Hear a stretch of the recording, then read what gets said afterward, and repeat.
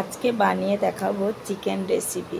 Chicken তো অনেকভাবেই তোমরা খেয়েছো, এইরকম একবার বানিয়ে খেয়ে দেখো, দারুণ লাগবে। ঘরে সামথিং যা থাকবে সেই দিয়েই রান্নাটা হয়ে যাবে। চিকেন 1 কিলো চিকেন ভালো করে ধুয়ে ম্যারিনেট করে নিয়েছি। তেল গরম করে নিয়ে এলাচ, দারচিনি, একটা শুকনো লঙ্কা ফোড়ন দিয়ে দিলাম। পেঁয়াজ দিয়ে দেবো। পেঁয়াজগুলো লাল লাল করে ভাজা হয়ে যাবে। অল্প একটু লবণ অ্যাড করে নিলাম যাতে পেঁয়াজগুলো জলদি লাল লাল হয়ে যায়। এবার পেঁয়াজগুলো কালার চলে এসেছে। একে একে হলুদ গুঁড়ো, লঙ্কা গুঁড়ো,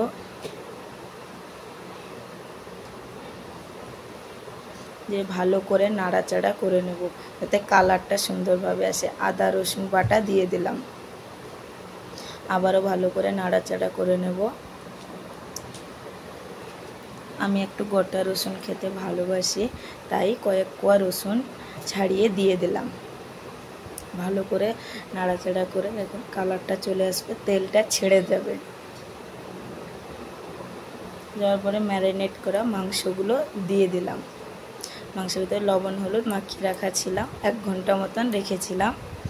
ভালো করে নাড়াচাড়া করে নেব।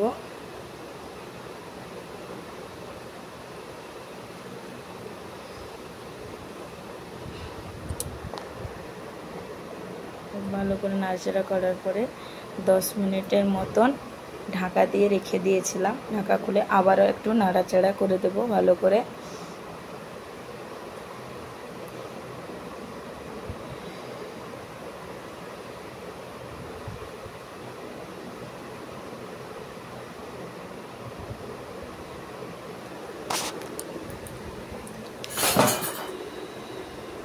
আবারও ঢাকা দিয়ে দিলাম।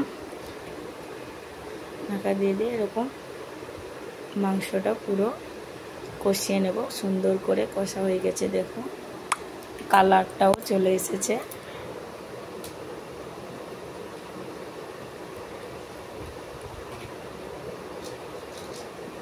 সবাই বলে চিকেন বানাতে গেলে অনেক কিছু মশলা অ্যাড করতে হয়, কিন্তু সামথিং ঘরের মশলা দিয়ে হয়ে গেল। ধামসা ধামসা আলু ভেজে রেখেছিলাম, অ্যাড করে দিলাম। এবার ভালো করে নাড়াচাড়া করে আবার 10 মিনিটের মতন ঢাকা দিয়ে দেব।